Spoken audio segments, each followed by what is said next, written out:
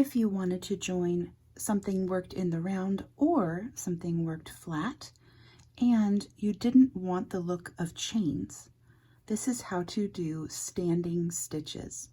I'll demonstrate the standing single, the standing half double, and the standing double crochet.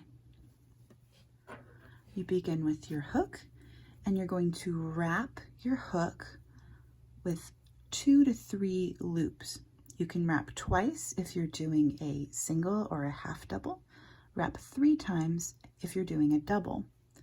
And you can see that I'm going to keep my finger, my index finger, on that first loop so it does not come off my hook.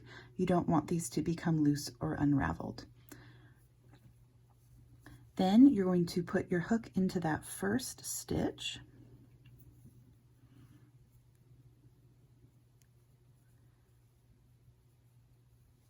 And draw up your loop. For a standing double crochet, I'll yarn over and pull through 2,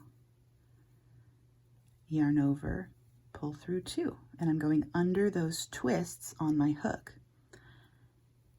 I'll go in and do the next stitch,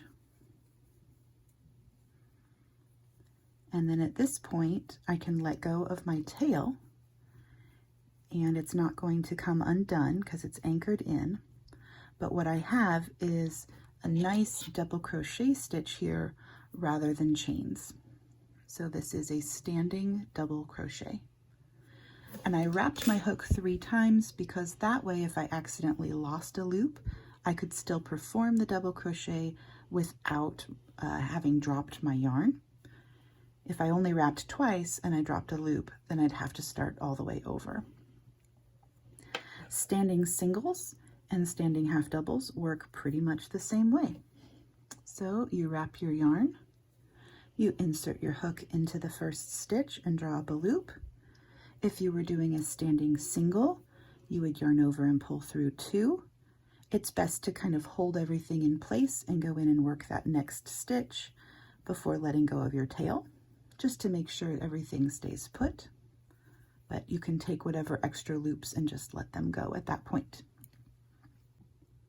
For the standing half double, you'll want to wrap 3 times, insert your hook into that first stitch, draw up a loop, and then carefully yarn over and pull through 3.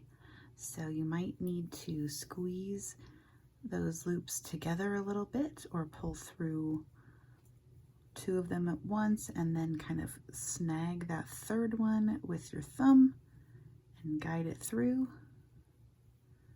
It's a little bit trickier, like so.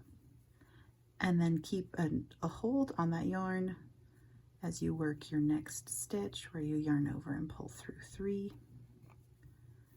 And then you can let go.